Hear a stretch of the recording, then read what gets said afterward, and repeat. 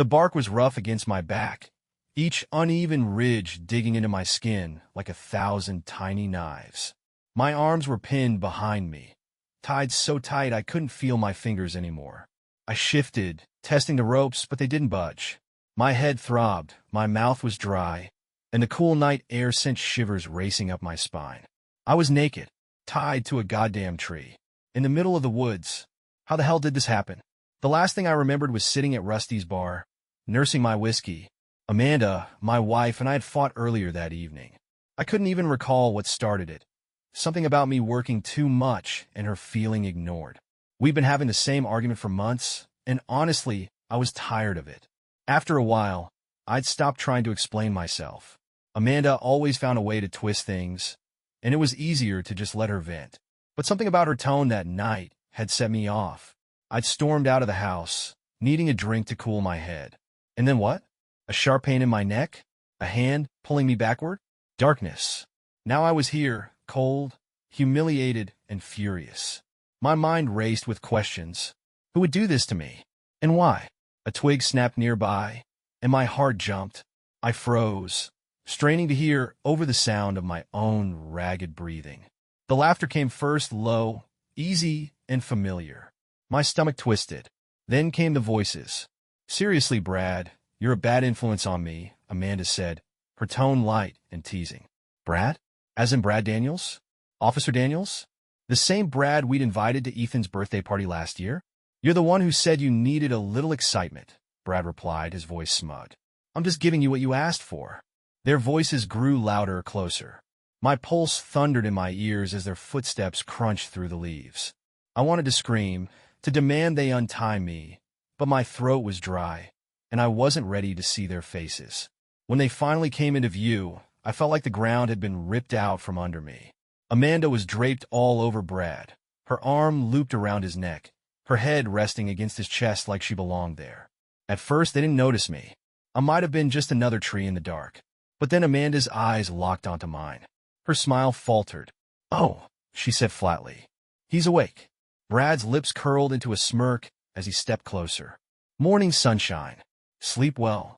Untie me, I rasped, forcing the words through my dry throat. Amanda didn't move.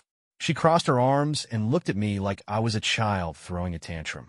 Honestly, Liam, you're so dramatic. This is exactly why I needed a break. A break, I snapped, my voice shaking with rage. You call this a break?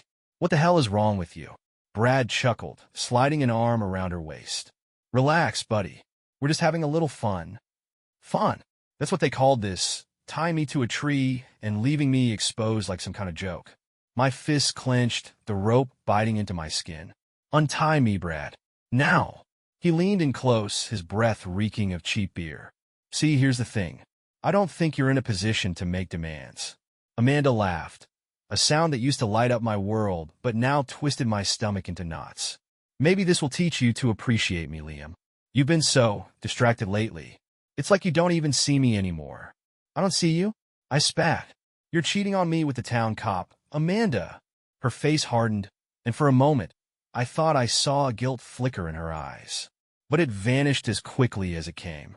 Come on, Brad said, tugging her hand. Let's leave him to think about it. He'll find his way home eventually. And just like that, they turned and walked away, their laughter fading into the night. I slumped against the tree, the weight of their betrayal crashing over me. My wife, the woman I'd loved and built a life with, was sleeping with Brad Daniels, a man I trusted. And now, she was leaving me tied up in the woods like I was nothing. But I wasn't nothing. Not to me. As the anger simmered, a cold, sharp resolve began to take its place. I wasn't going to let them get away with this. Not Amanda. Not Brad. They thought they'd won. But they had no idea what was coming. I don't know how long I stayed there, tied to that damn tree, my mind spinning in 1,000 directions. The cold bit into my skin, but it was nothing compared to the burning rage growing in my chest. The thought of Amanda, my wife, walking away with Brad Daniels while I sat here helpless, it was enough to make me sick. I had to get free. The ropes were tight, digging into my wrists with every movement, but I wasn't about to give up. I twisted and pulled, ignoring the pain as the bark scraped my back raw. My arms screamed in protest, but I kept going, using every ounce of strength I had left. Finally, after what felt like hours, I felt one of the knots give way. With a desperate jerk, the ropes loosened, and I yanked my arms free. Collapsing onto the cold ground, I let out a shaky breath. For a moment, I just lay there, catching my breath. The anger that had fueled me was still there, but now it was joined by something darker, a sharp, gnawing sense of humiliation. I wasn't just angry. I was broken. When I stumbled into the house, the lights were off, and the place was eerily quiet. My body ached, and every step felt like a challenge, but I didn't care. All I could think about was Amanda and Brad. The anger surged again as I headed straight for the bathroom, washing the dirt and blood from my skin. I didn't recognize the man in the mirror. My reflection stared back at me, his jaw clenched, his eyes filled with a coldness I'd never seen before. You won't be their fool anymore, I thought. After cleaning up, I walked into the bedroom. Amanda wasn't there. Of course she wasn't. She was probably with Brad, laughing about what they'd done, thinking I'd just roll over and accept it. They didn't know me. The next morning, I sat at the kitchen table waiting. I barely slept, my mind racing with plans. Ways to confront Amanda, ways to make her and Brad pay. The sound of the front door opening pulled me from my thoughts. I turned to see Amanda walk in, wearing the same clothes she'd had on last night. Her hair was a mess, and she looked surprised to see me sitting there. "Liam," she said, her voice carefully neutral. "You're up early." I didn't respond, just stared at her, waiting for her to say more. "Look, I don't want to fight," she said, setting her purse on the counter. "I know things have been tense between us, but maybe if we—" "Were you with Brad last night?" I interrupted, my voice flat. Her eyes widened for a fraction of a second before she quickly masked her expression. "I don't know what you're talking about." "Don't lie to me, Amanda," I snapped, my voice rising. "I saw you. I heard you. You tied me to a tree and walked away with him like I was trash." Her face flushed, a mixture of anger and guilt. "You're being ridiculous, Liam. It wasn't like that." "Then what was it like?" I demanded, standing. "Explain it to me, Amanda. Explain how my wife ends up in the arms of another man while I'm left naked in the woods." She glared at me, her jaw tightening. "Maybe if you weren't so busy all the time, I wouldn't have had to find someone else." The words hit me like a slap. For a moment, I couldn't breathe. "So, it's my fault? You cheat on me, humiliate me, and somehow I'm the bad guy." "I'm not saying it's all your fault," she said, crossing her arms. "But you haven't exactly been a great husband lately, Liam. You're always working, always distracted. I'm tired of feeling like I don't matter." "You don't matter?" I laughed bitterly. "I've been busting my ass to provide for this family, to give you and Ethan everything you need. And this is how you repay me?" She didn't respond, her silence saying more than her words ever could. I walked past her, grabbing my keys. I couldn't stay in the house, not with her. As I reached the door, I turned back, my voice cold. "This isn't over, Amanda. Not by a long shot." The look on her face, part defiance, part fear, only fueled my resolve. She thought she could lie her way out of this, manipulate me into forgiving her. But she was wrong. This wasn't just about me anymore. It was about Ethan, about my dignity, and I wasn't going to let her destroy that without a fight. The slam of the front door behind me echoed like a gunshot.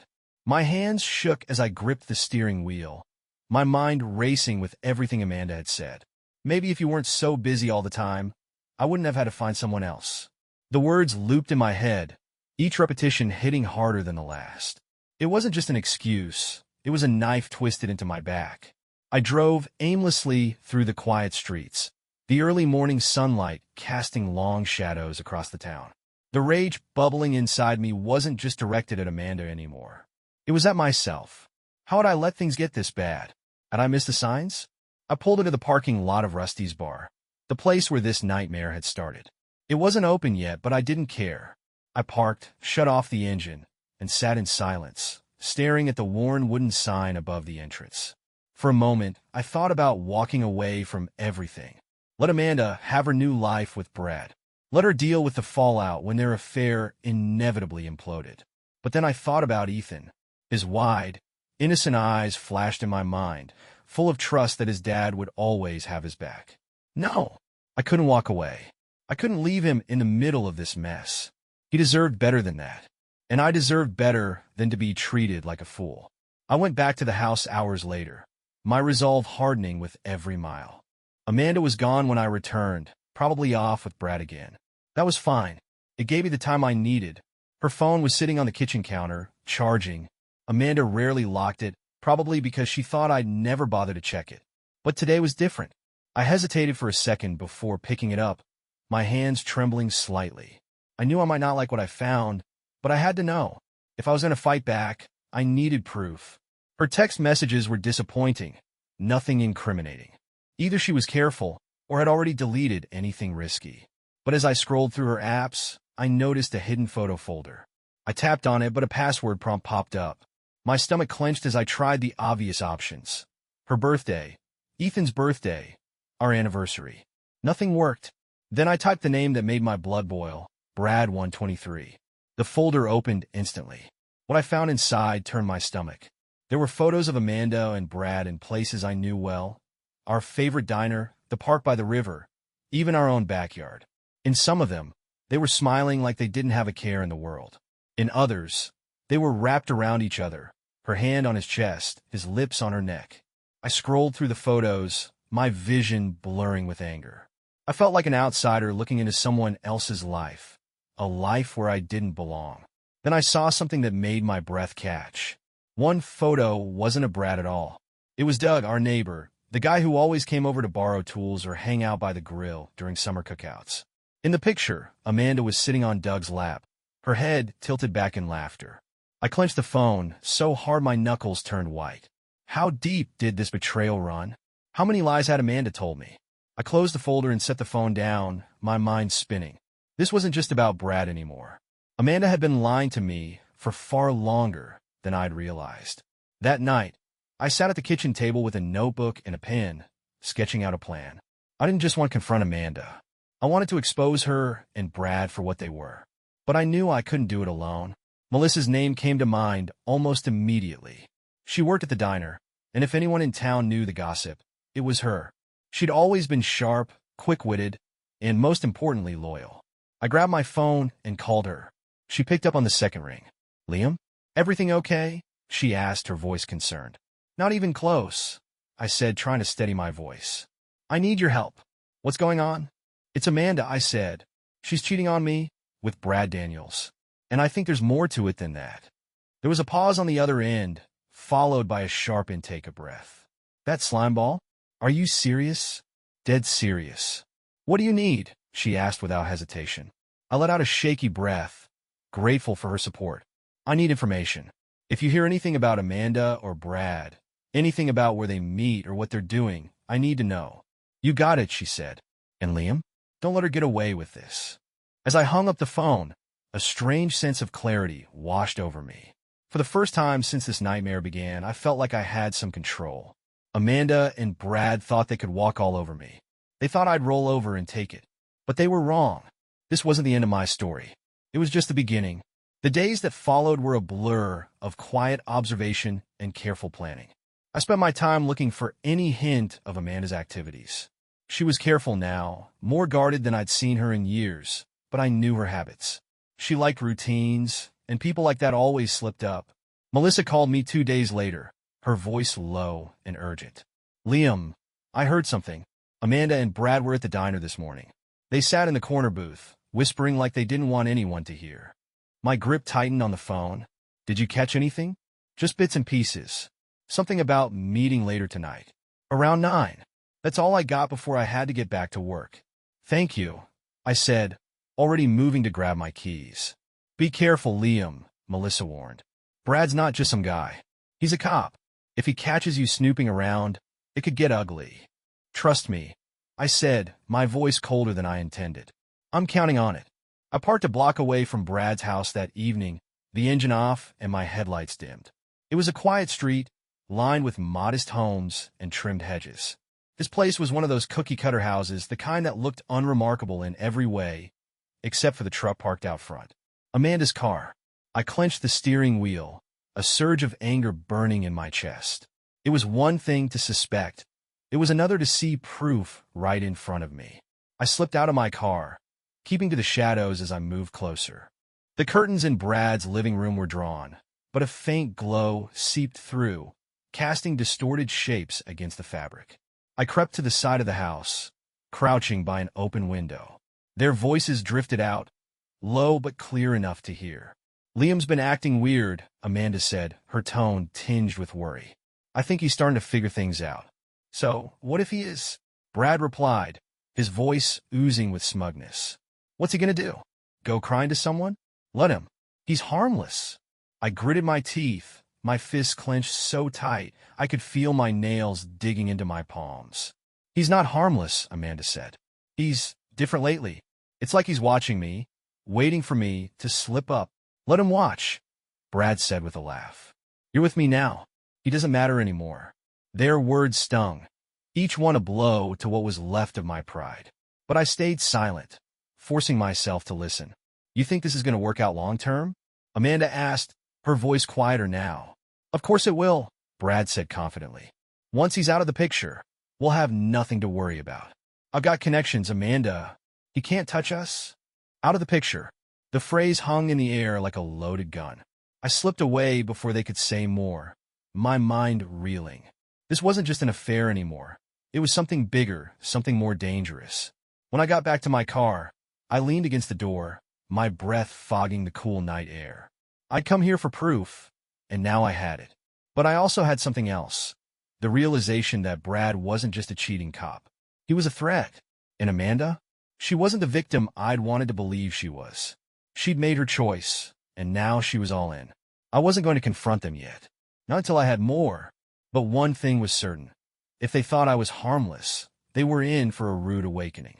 When I got home, I sat at the kitchen table, Amanda's phone in hand. She'd left it charging again, too careless to change her patterns even after everything.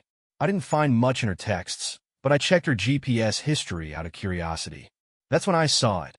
An address she'd visited multiple times in the past month. It wasn't Brad's house or anywhere I recognized. I pulled out my own phone and searched the address. My heart sank as the results came up. An industrial warehouse on the outskirts of town. Why was Amanda going there? And what did it have to do with Brad? I called Melissa the next morning. "I need another favor," I said. "Name it," she replied. "There's an address Amanda keeps going to. I think it's connected to Brad. Can you help me figure out what's going on there?" Melissa hesitated for only a moment before answering. "Yeah, give me the address. I'll see what I can dig up." I rattled it off, my stomach churning. "Liam," she said before hanging up, "whatever this is, it's bigger than you think. Be careful." As I hung up, I felt the weight of her words settle over me. She was right. This wasn't just about infidelity anymore. It was about something deeper, something darker.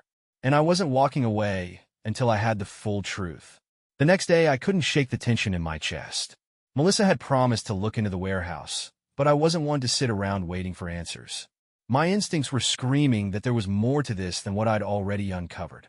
I spent the morning sifting through Amanda's digital breadcrumbs, her emails, her social media accounts, even the receipts she left lying around.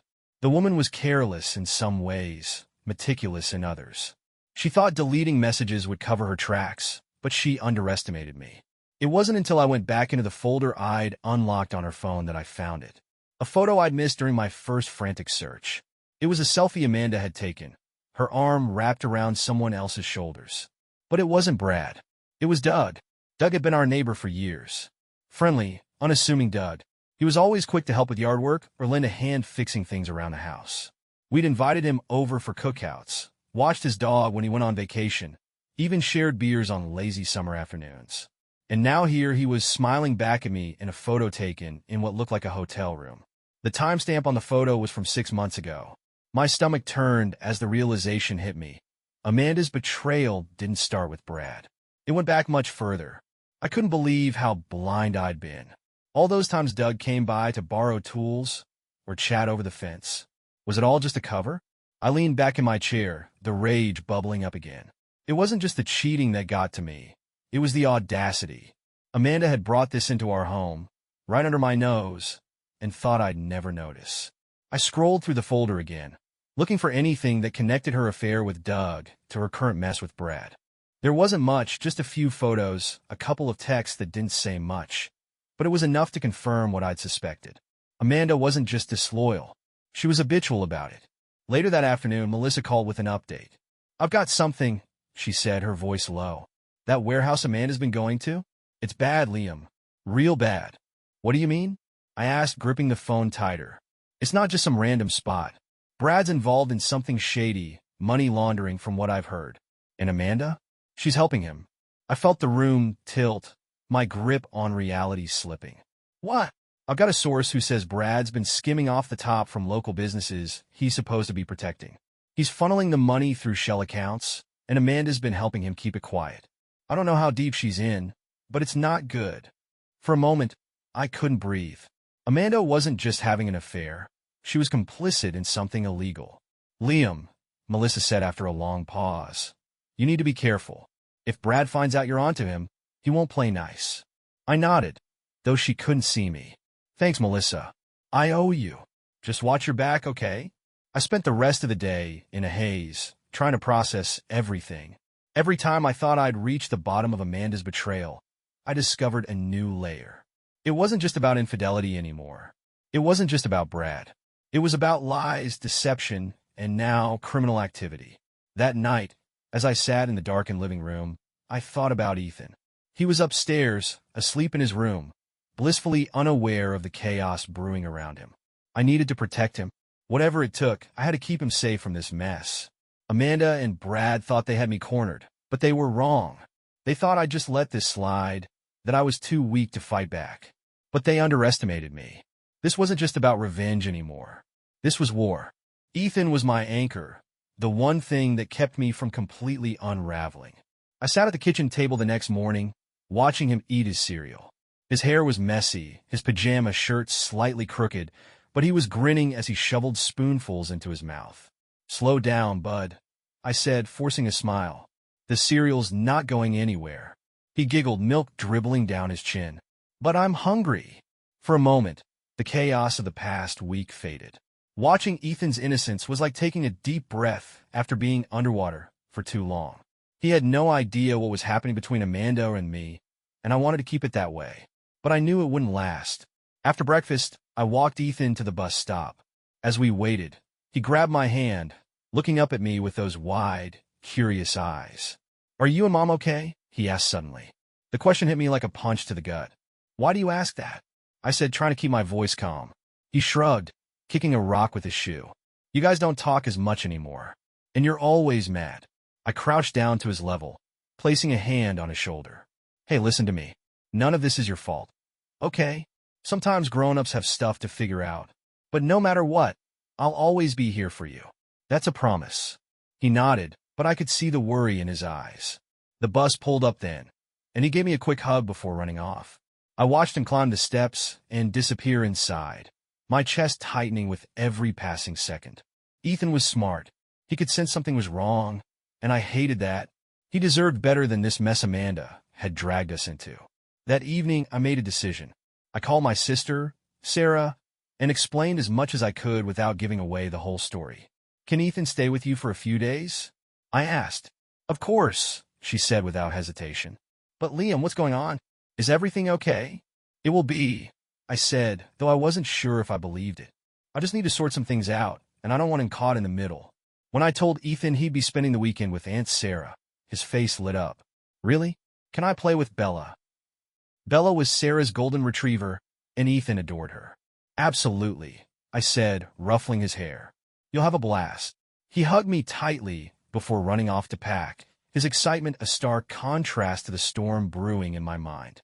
That night, after dropping him off at Sarah's, I sat in the driveway for a long time, staring at the darkened road ahead. The house was quiet when I got back, Amanda nowhere to be found. Good. I didn't want to see her. I poured myself a drink and sat on the couch, the weight of the day pressing down on me. Ethan was safe now, away from the lies and deceit. But keeping him safe was only the first step. Amanda and Brad had no idea what was coming. And for the first time in days, I felt ready to face whatever lay ahead. The next morning, I woke up with a clearer head and a sharper resolve. Ethan was safe with Sarah, which meant I could focus on what came next, Amanda and Brad. They thought they were untouchable, but they were wrong. If I was going to expose them, I needed solid evidence, something they couldn't deny or explain away. Melissa had given me a strong lead with the warehouse, but I needed more. It was time to set the trap. The first step was the cameras. I spent the better part of the day installing hidden cameras in the house. I'd picked them up a few towns over, careful not to leave a paper trail. They were small, discreet, and easy to hide. One went in the living room, another in the kitchen, and a third in the bedroom Amanda and I used to share. It felt invasive, setting up surveillance in my own home, but this wasn't about catching her in the act. This was about proof. Concrete, undeniable proof. The second step was gathering intel. Melissa had been a lifesaver so far, and I didn't hesitate to call her again. "Can you keep an ear out for anything about Brad?" I asked. "Already on it," she replied. "Word around town is he's been acting strange lately. Nervous. Maybe he knows something's up." "Good," I said. "Let him squirm." "Be careful, Liam," she warned. "Brad's not the kind of guy you want to corner." "I know," I said, though the thought of Brad being on edge only fueled my determination. He'd made me feel powerless, humiliated, but the tables were starting to turn. That evening, Amanda came home late. I was sitting at the kitchen table, sipping coffee, when she walked in. Her hair was messy, her makeup slightly smudged, but she carried herself with the same false confidence she always did. "You're still up?" she asked, setting her bag on the counter. "Couldn't sleep," I said evenly. She poured herself a glass of water, avoiding my gaze. "How's Ethan?" "He's fine. With Sarah for the weekend." Her shoulders stiffened, and for a moment, I thought I saw a flicker of guilt. "Oh, that's good." I watched her carefully, searching for any crack in her facade. She was good at hiding things, too good, but I knew her tells. The way she fidgeted with her necklace, the slight twitch in her jaw when she lied. "Busy day?" I asked casually. She froze for a split second before forcing a smile. "Yeah, just errands and stuff." "Errands? Right." I didn't push her further. Let her think she was getting away with it. The cameras would catch what I needed soon enough. The third step was setting up the confrontation. The cameras were rolling, and I knew it was only a matter of time before Amanda slipped up. But I needed a backup plan, something to ensure I wasn't blindsided. I spent the next few days compiling everything I'd gathered. The photos, the texts, the recordings from the cameras. It wasn't just about exposing the affair anymore. It was about showing the full extent of their lies. Melissa and I coordinated our efforts. She kept tabs on Brad's movements while I focused on Amanda. Every piece of the puzzle brought me closer to the truth, and closer to my revenge. One night, as I reviewed the footage from the cameras, I found what I'd been waiting for. Amanda was on the phone, her voice low but clear. "Brad, we need to talk," she said, pacing the living room. "Liam's acting strange. I think he knows something." There was a pause as she listened to his response. "No, he hasn't said anything directly, but he's watching me. I can feel it." She stopped pacing, her face tight with worry. "We have to be careful. If he finds out about the warehouse." Her voice trailed off, but it was enough. The warehouse again. Whatever was going on there was bigger than I'd realized. I saved the footage and leaned back in my chair, the weight of her words sinking in. Amanda and Brad weren't just having an affair. They were in deep, and they were scared. Good. As I shut off the computer, I felt a strange sense of calm. For the first time in weeks, the pieces were falling into place. Amanda and Brad thought they had all the power, but they didn't realize they were walking straight into my trap. The confrontation was coming, and this time, I'd be ready. I couldn't shake the feeling that Amanda's mention of the warehouse was the key to everything. It wasn't just a place she and Brad used for secret meetups. There was more to it, something bigger. And whatever it was, it had both of them on edge. Melissa came through for me again. She called the next morning with an update.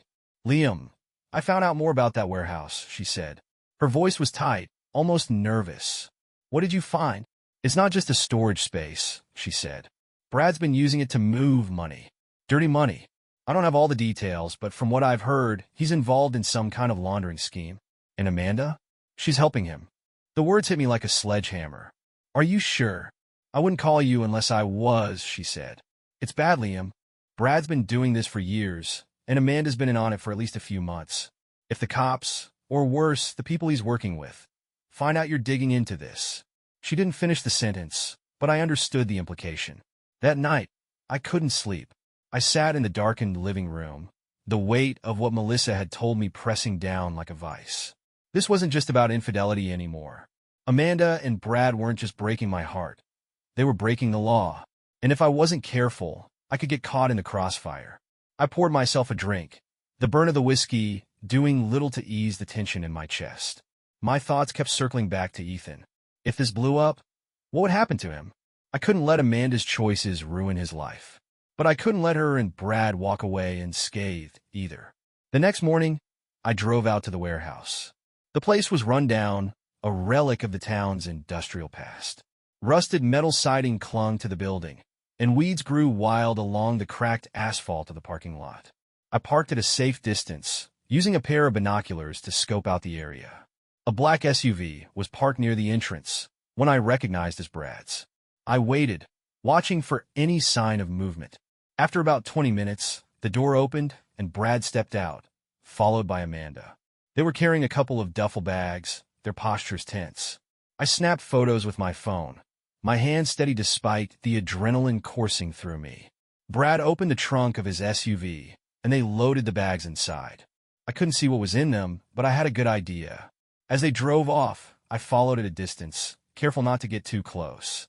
They made their way across town, eventually stopping at a small office building. I stayed in my car, watching as they carried the bags inside. What the hell were they up to? I waited until they were out of sight before calling Melissa. They just went into a building on Main Street, I said. Do you know anything about it? That's where Brad's shell company is, she said. It's a front for the money laundering. I clenched my jaw. I need proof. Liam, this is dangerous, she said. If Brad catches you. I'm not backing down, I interrupted. Not now. Later that night, I reviewed the footage from the cameras at home. Amanda came back late again, slipping into the kitchen with the same nervous energy she'd had the past few days. She sat at the table, scrolling through her phone, completely unaware that I was watching. Finally, she made a call. Brad, we need to talk, she said, her voice low. I'm getting worried. Liam's been acting weird, and I think he's onto something. There was a pause as she listened to his response. I don't know, she continued. But if he finds out about the warehouse, or the money, we're screwed. I hit pause, my pulse pounding in my ears. Amanda wasn't just covering for Brad. She was fully complicit. I saved the recording and leaned back in my chair, the weight of her words sinking in. Amanda had made her choice, and it wasn't me. This wasn't just about our marriage anymore. This was about exposing the truth about her, about Brad, and about the mess they dragged me into. And I wasn't going to stop until they were both held accountable. By the next morning, the weight of everything was catching up with me. My mind kept circling back to Ethan. How much longer could I keep him out of this? He was smart, too smart not to notice the tension in the house, or the way Amanda and I barely looked at each other anymore. I decided to visit him at Sarah's. When I got there, he was in the backyard with Bella, tossing a tennis ball for her to fetch. His laughter, bright and unburdened, echoed across the yard, momentarily lifting the heaviness in my chest. Dad, he yelled, dropping the ball to run over and hug me. Bella barked excitedly, wagging her tail as she followed him. Hey, buddy, I said, ruffling his hair. How's it going? Great. Aunt Sarah let me make pancakes this morning, and I didn't even burn them. I chuckled, kneeling to meet his gaze. Sounds like you're having a blast. Yeah, but his voice trailed off, and his smile faltered. I frowned. What's wrong, bud? Ethan hesitated, kicking at a patch of grass. Are you and Mom mad at each other? The question hit me like a punch to the gut. I forced myself to stay calm, my expression steady. Why do you ask that? You guys don't talk much anymore, he said quietly. And you're always sad.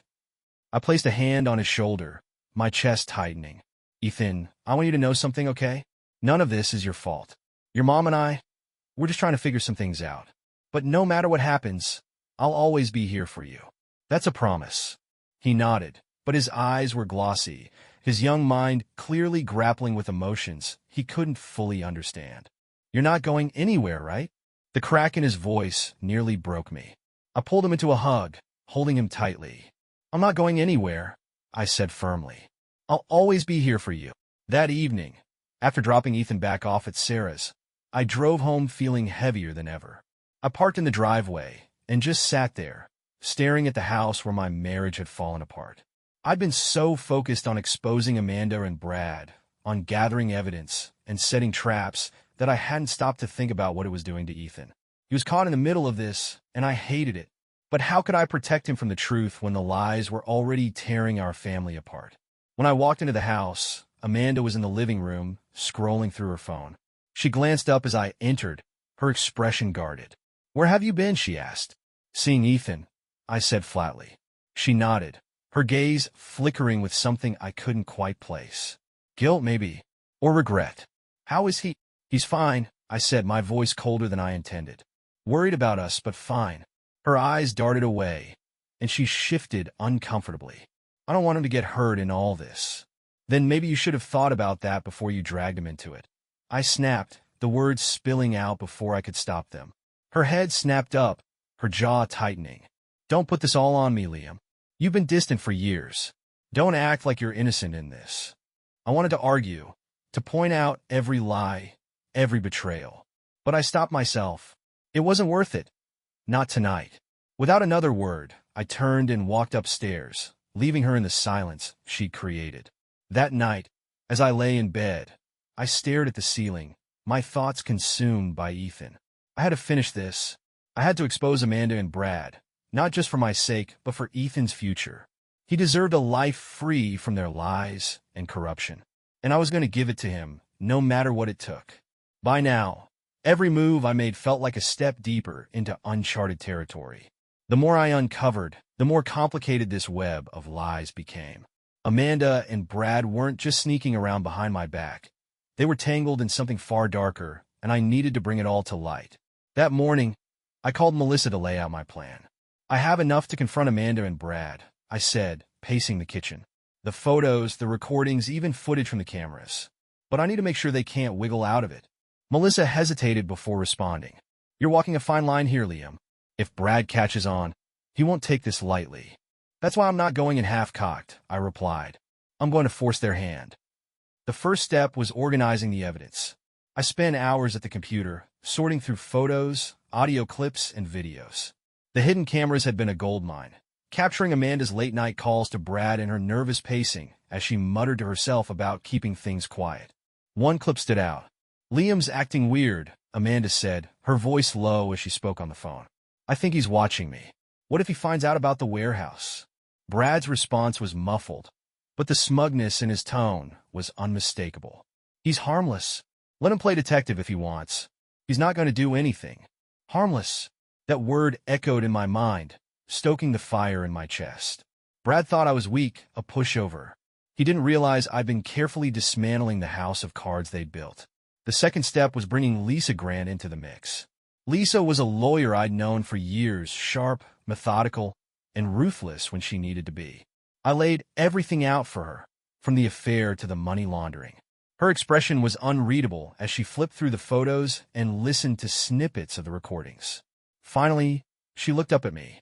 "You've got a strong case here, Liam," she said. "But you need to decide what you want to do with it. Are you aiming for a clean divorce?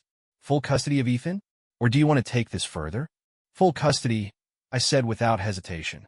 "Ethan deserves better than this." Lisa nodded. "Understood. But be prepared.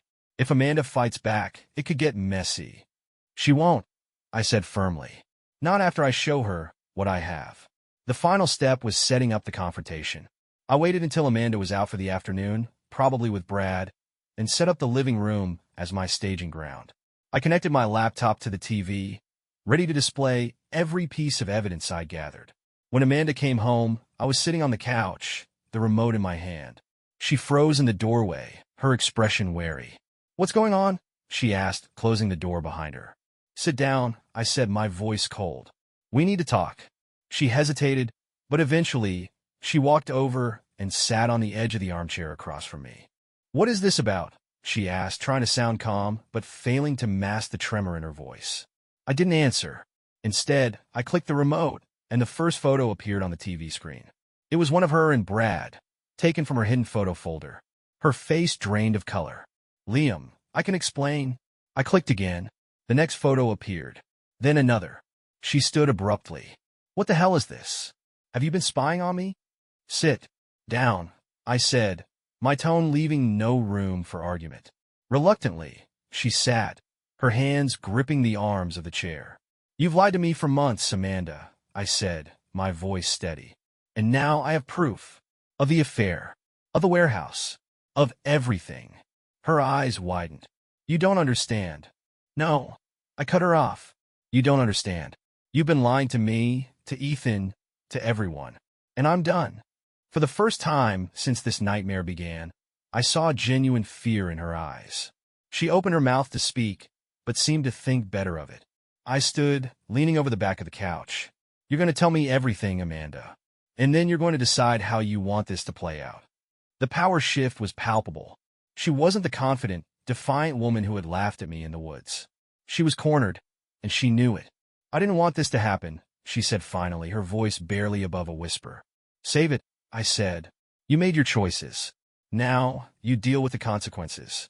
Amanda sat there, her face pale and her shoulders slumped. I could see the wheels turning in her mind as she tried to come up with a way out. But there wasn't one. Not this time. I didn't have a choice, she said finally, her voice trembling. Brad. He's dangerous, Liam. He threatened me. I raised an eyebrow, crossing my arms. Dangerous? Sure didn't seem like he was holding a gun to your head when you were sneaking around with him.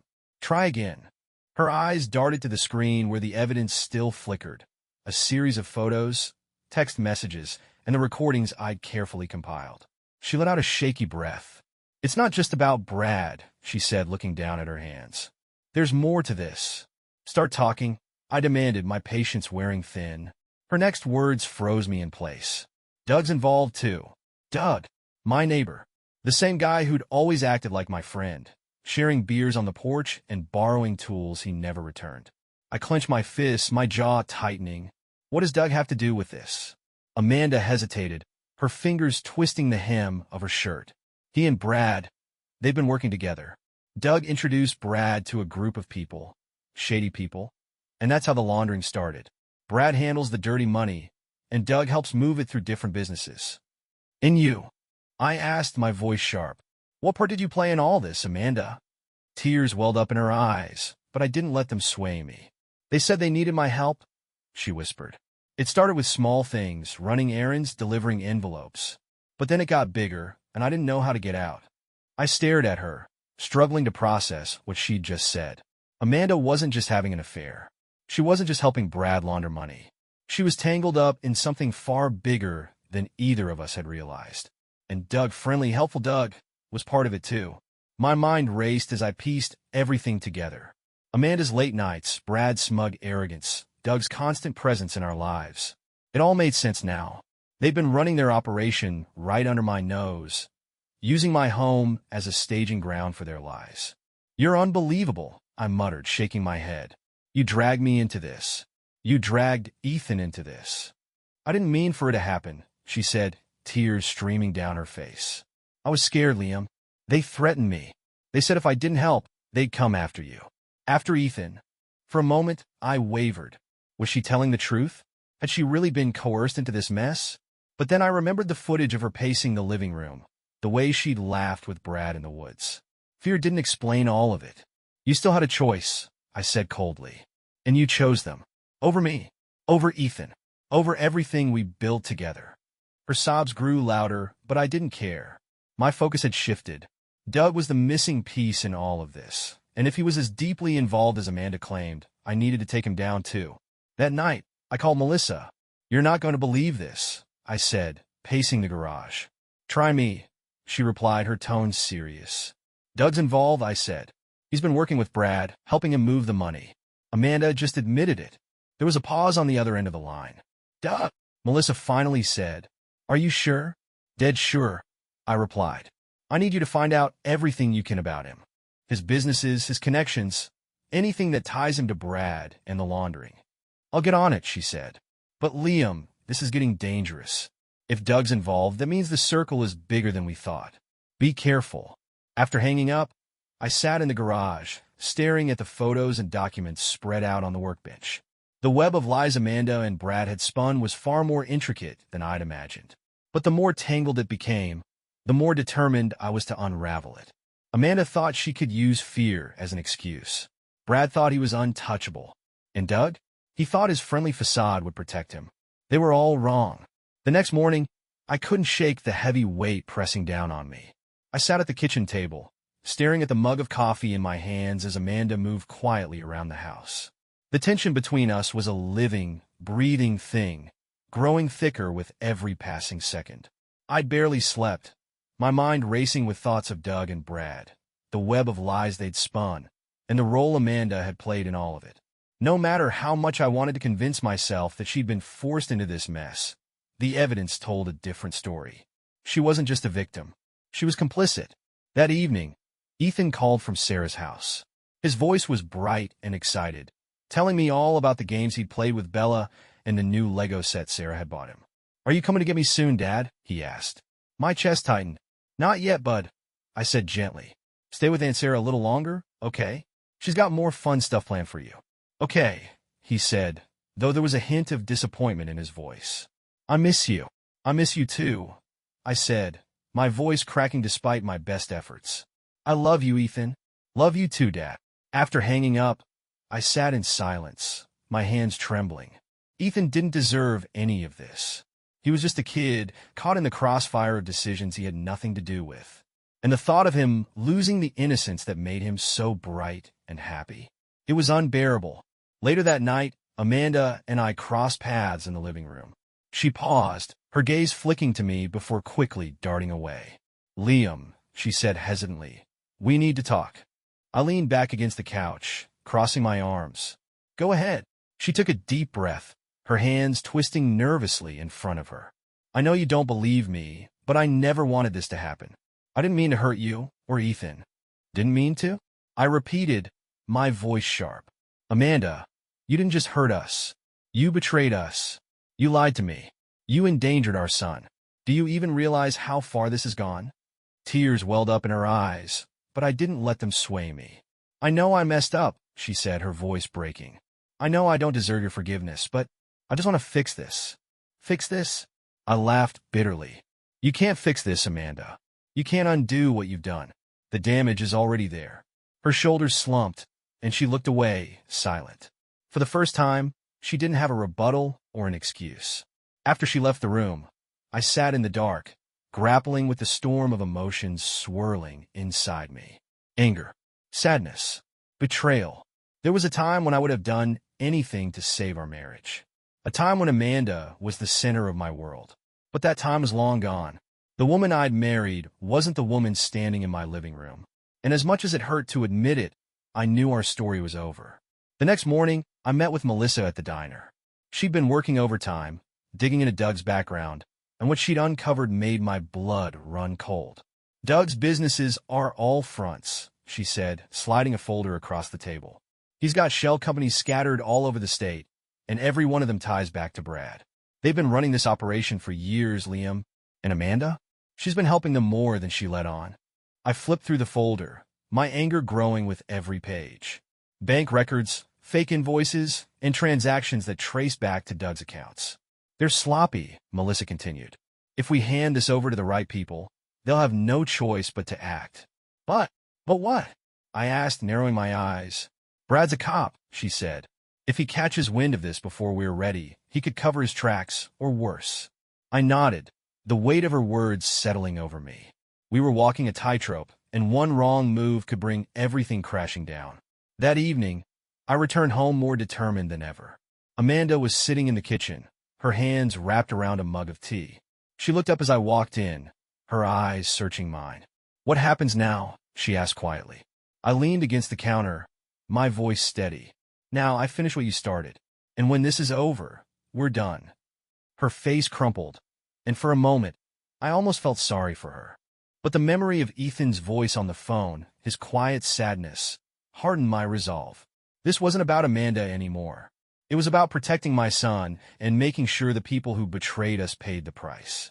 By the next morning, I had a plan in motion. Melissa and I agreed that the best way to expose Amanda, Brad, and Doug was to go public with everything. I wasn't sure how the town would react, but I didn't care anymore. The truth needed to come out. Melissa worked her network, spreading rumors in all the right places. It didn't take long for whispers to turn into outright speculation. By the afternoon, people in town were talking about Brad's activities, Doug's shady businesses, and Amanda's involvement. And the more they talked, the more fuel they added to the fire. The first crack came that evening. Amanda stormed into the house, her face pale and her hands trembling. "What did you do?" she demanded, slamming her bag onto the counter.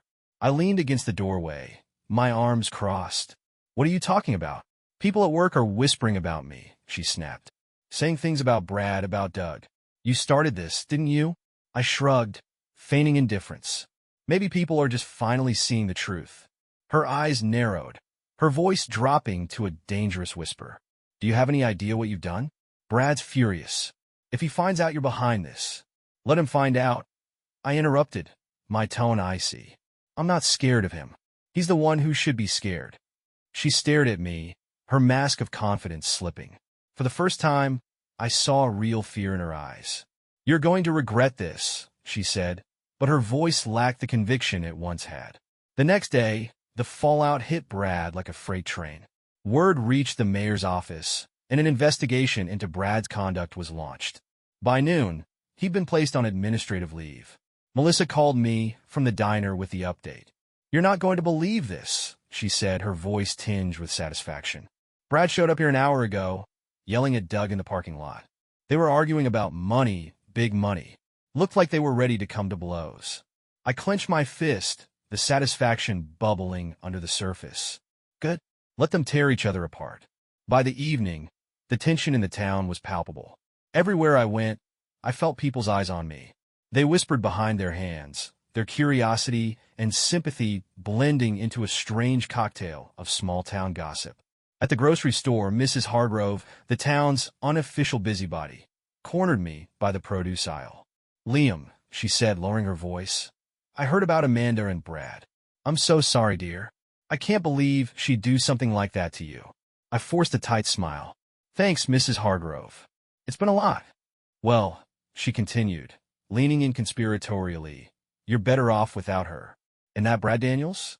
I always thought there was something shady about him." She wandered off, and I let out a breath I hadn't realized I was holding.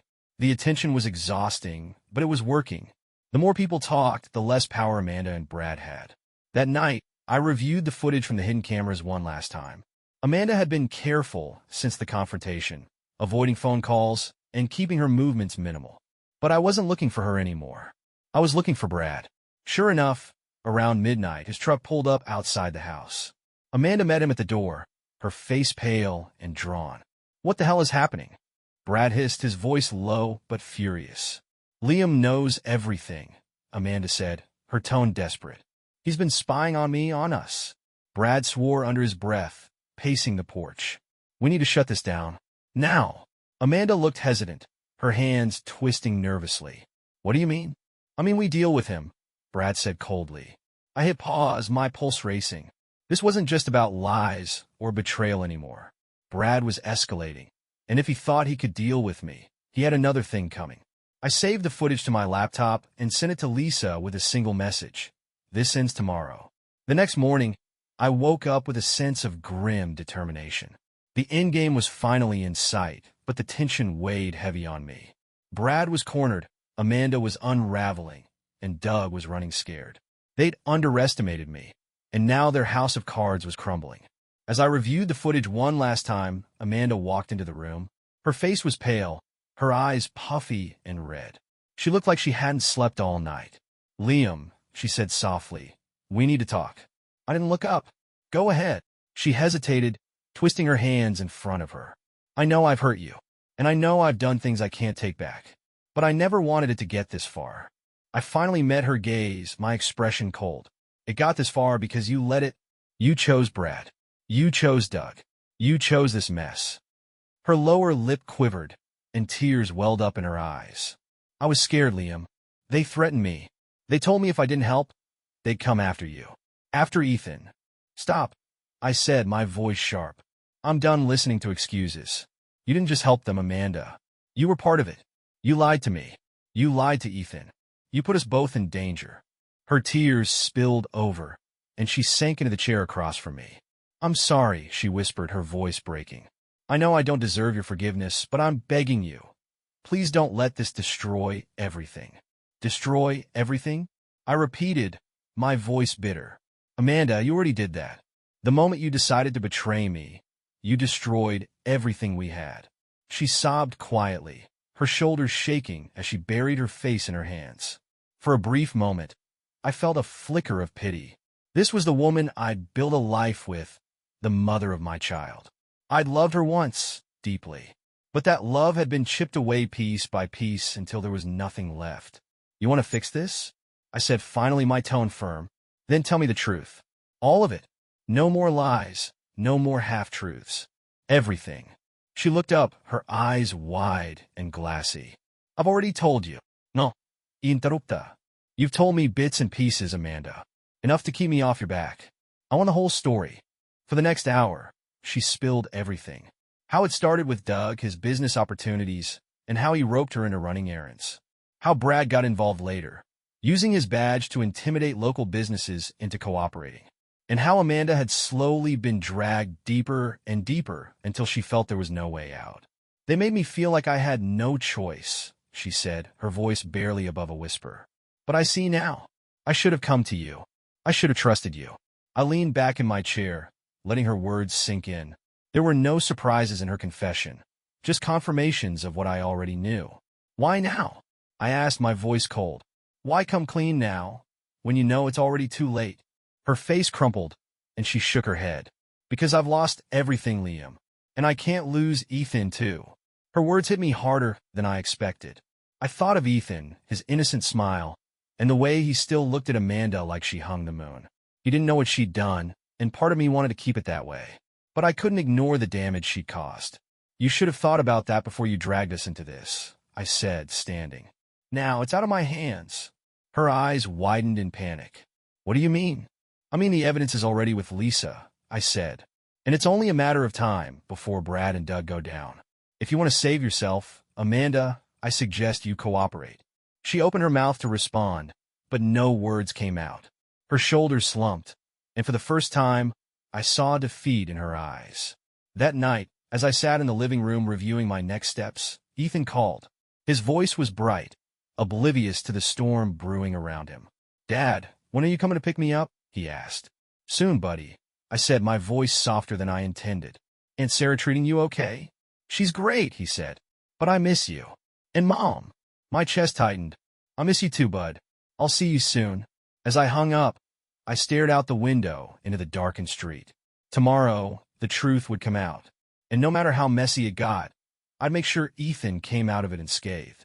Because no matter what Amanda had done, no matter what Brad and Doug thought they could get away with, I was fighting for him. The morning arrived with an eerie stillness, as though the universe itself was holding its breath. Today was the day. All the lies, the betrayals, the secrets, they were about to unravel, and there was no going back. Lisa called early, her tone brisk and confident. Everything's in place, Liam. The authorities have the evidence. By the end of the day, Brad and Doug will be in custody. And Amanda? I asked, my voice tight. That depends on her. If she cooperates, they might go easy on her. If not, Lisa didn't finish the thought, but she didn't need to. Thanks, Lisa, I said, hanging up. Later that afternoon, I sat at the kitchen table, waiting. Amanda had been quiet all morning, her usual defiance replaced by a tense silence. She knew something was coming. When the knock came at the door, she flinched. I stood, motioning for her to stay where she was. Two officers stood on the porch, their expressions neutral but firm. One of them, a younger guy with a crisp uniform, held up a badge. Mr. Harper, we're here about Brad Daniels and Doug Tanner. Come in, I said, stepping aside. Amanda's face went pale as the officers entered the house. What's going on? She asked, her voice trembling.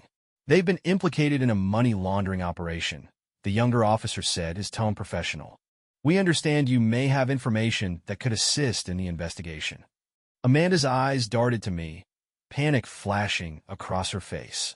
Liam, I met her gaze, my expression cold. Tell them the truth, Amanda. It's your only chance. Over the next hour, Amanda spilled everything. She talked about Doug's shell companies, Brad's intimidation tactics, and her own involvement.